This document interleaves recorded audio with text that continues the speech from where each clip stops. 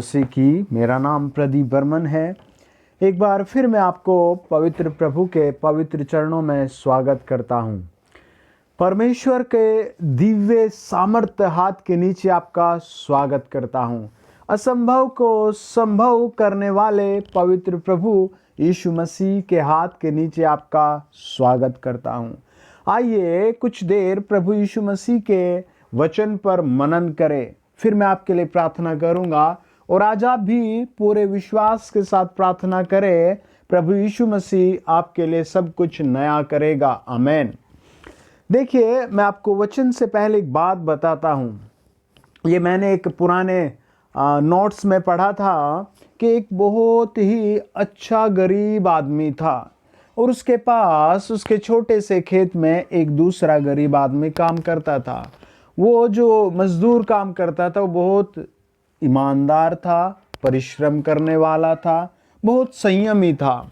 और वो जिसके यहाँ काम करता था वो व्यक्ति भी ईमानदार था और अच्छा दयालु था। एक दिन वो अपने काम करने वाले को बड़े ध्यान से देखता है। वो बड़ा शांति से काम कर रहा था। दूसरे दिन, तीसरे दिन तो उसने पता किया ये व्यक्ति इतना शांत क्यों है, ये व्यक्ति इतना परेशान क्यों है। वो उसके गांव में आया, जिस बस्ती में रहता था उस बस्ती में आया और लोगों से पूछा। तो कुछ भाइयों ने बताया कि ये अपनी बेटी की शादी करना चाहता है, लेकिन इसके पास कोई भी पैसा नहीं है। इसकी सहायता कैसे होगी, इसकी बेटी की सहायता कौन करेगा और ये कैसे अपनी बेटी की शादी करे। इसकी बहुत छोटी सी आमदनी है। ये जिसके यहाँ काम करता है वो भी बहुत गरीब आदमी है। दोनों कैसे करेंगे और ये अपने मालिक से पैसे नहीं मांग सकता। वो आदमी चुपचाप गया और उसने कुछ इंतज़ाम किया और रात को आकर उसके घर में वो इंतज़ाम, वो पैसे, वो रुपया, वो सामान उसके घर में रख दिया। और वो किसान पैसे पाकर, वो मजदूर पैसे पाकर बहुत खुश हुआ और उसने लोगों को बताया मेरी बेटी की शादी का इंतज़ाम हो गया। उसने बहुत आभार व्यक्त किया परमेश्वर का और उसे नहीं पता था किसने हेल्प की है। मेरे प्रियो, जब आप किसी की हेल्प करें तो आप भी ऐसे ही करें। किसी को दिखाएं मत, वीडियो मत बनाएं, उसका फोटो मत खींचे। आप धीरे से उसकी सहायता कर दें। जैसे वो मजदूर किसान का मालिक बहुत दयालु था। आइए मैं आपको बताता हूँ, परमेश्वर ऐसा ही महापवित्र दयालु प्रभु है।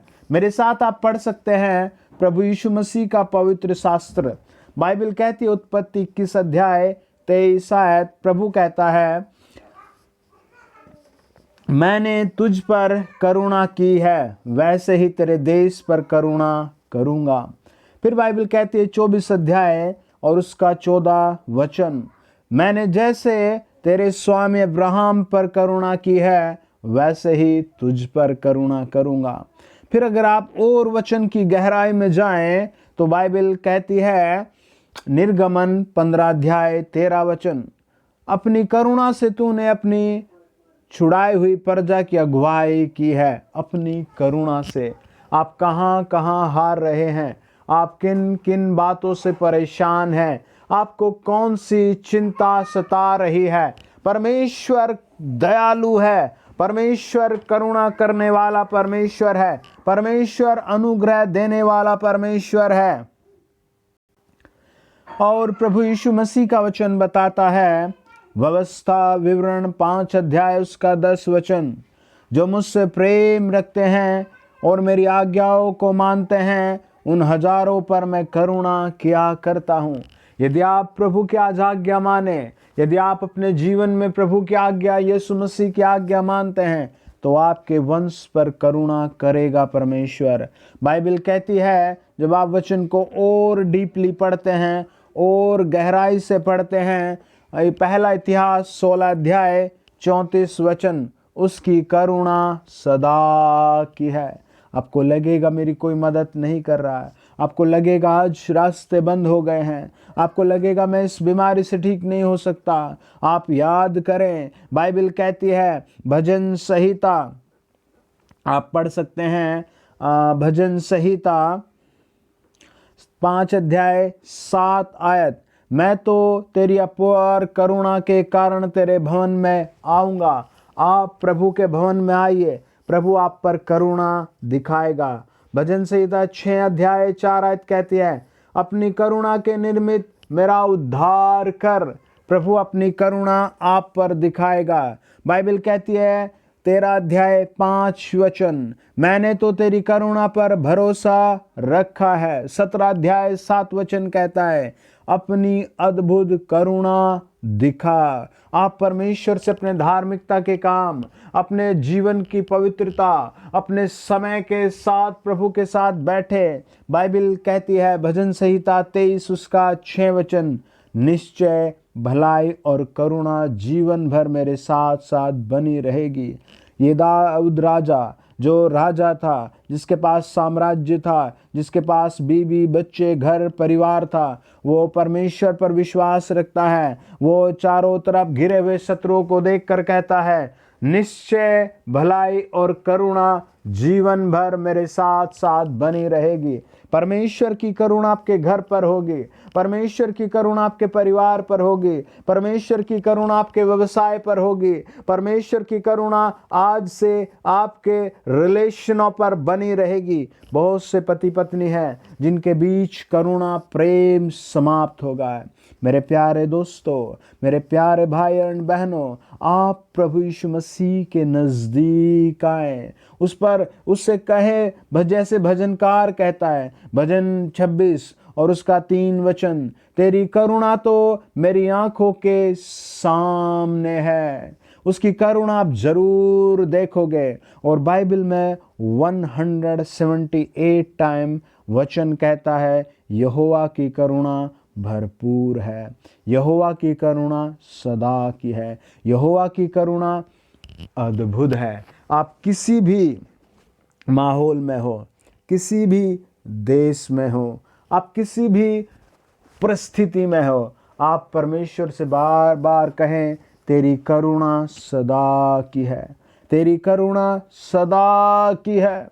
प्रभु तेरी करुणा सदा की है। मेरे पास कोई ऐसी वस्तु नहीं जो तुझे रिझा सकूं, मेरे पास ऐसा कोई भी हथियार नहीं प्रभु, बल नहीं प्रभु, घमंड नहीं प्रभु, जो मैं तुझे खुश कर सकूं। बस तेरी करुणा मेरा आखिरी सहारा है। आज संसार वैभव के, अपने शौक के लिए, अपनी इच्छाओं के लिए, अपने मन के स्वार्थ के लिए जी रहा है, लेकिन एक तरफ लोग दुखों में, पीड़ाओं में, परेशानियों में है। आज आप परमेश्वर से कहें, प्रभु तेरी करुणा सदा की है, तेरी करुणा मेरे लिए सब कुछ कर सकती है। भजनकार कहता है भजन संहिता 44 अध्याय 26 वचन, अपनी करुणा के निमित्त हमको छुड़ा ले प्रभु, अपनी करुणा के निमित्त हमें छुड़ा ले प्रभु। और भजन संहिता 48 उसका 9 आयत कहता है, तेरी करुणा पर मैं ध्यान करूंगा। आज से आप उसकी करुणा पर ध्यान करें। आप कहाँ उसकी करुणा पर ध्यान कर सकते हैं? आप कहाँ उसकी करुणा को पा सकते हैं? भजनकार कहता है भजन संहिता 63 और उसका 3 वचन, तेरी करुणा जीवन से भी उत्तम है, मैं तेरे भवन में तेरी करुणा के कारण आया करूँगा। आप अपने जीवन में प्रभु के लिए समय निकालें और उसके भवन में आया करें।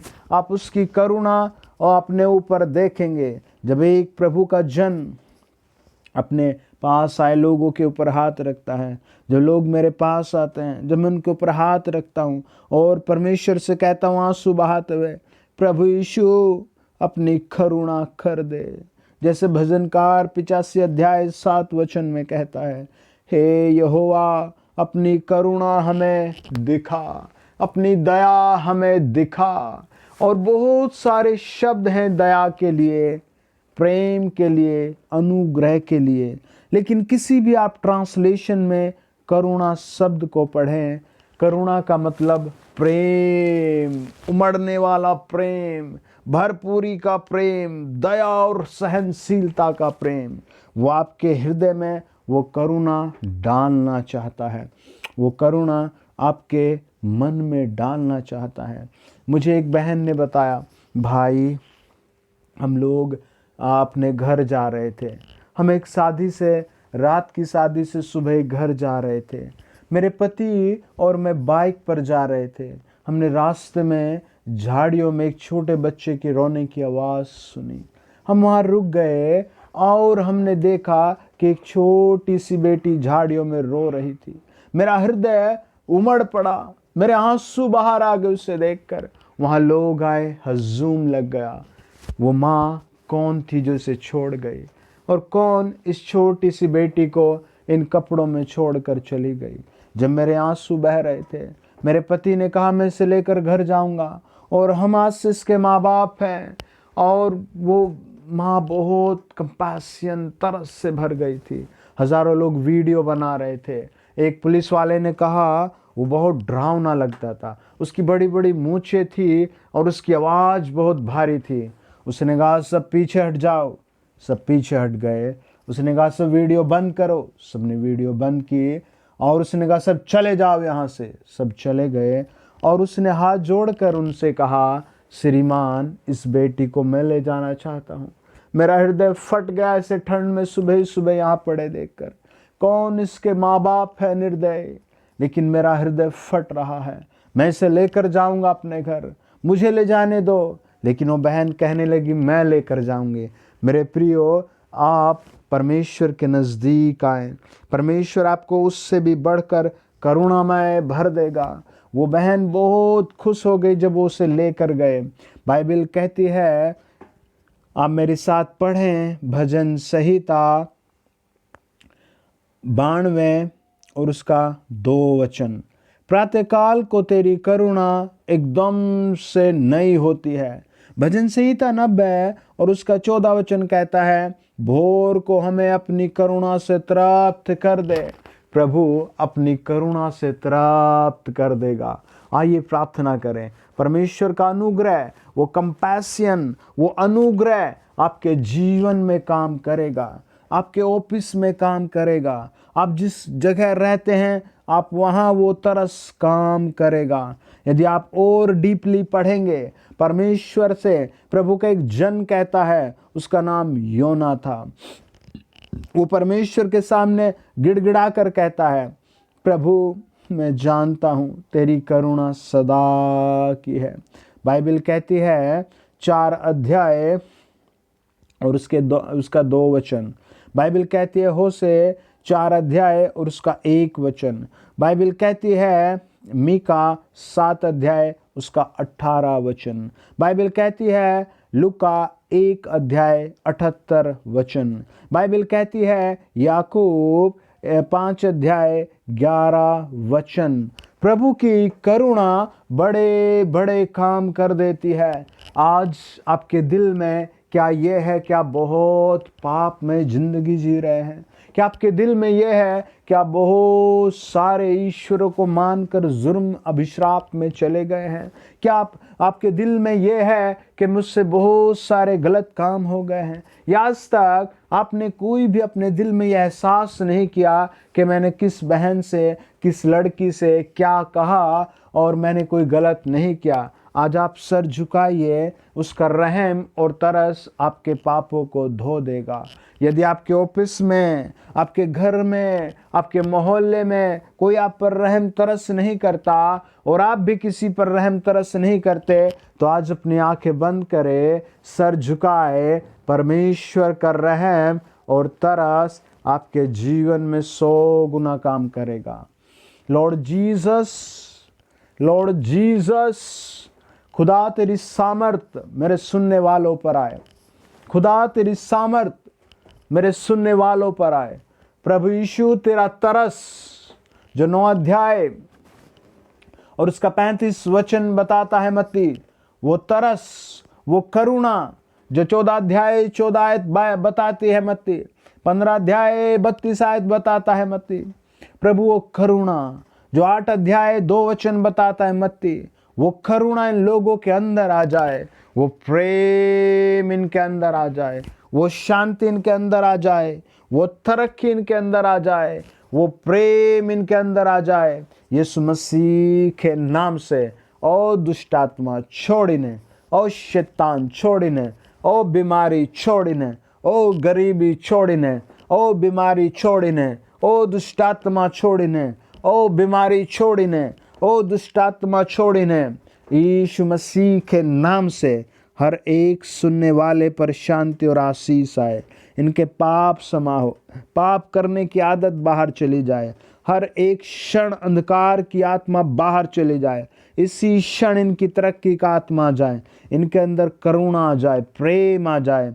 जो जो अपने पड़ोसियों से लड़ रहे हैं, आज से उनका लड़ाई करना बंद हो जाए। जो पति पत्नी अपने बीच में हमेशा बैर भाव रखते हैं, मैं आज्ञा देता हूं वो बाहर चला जाए।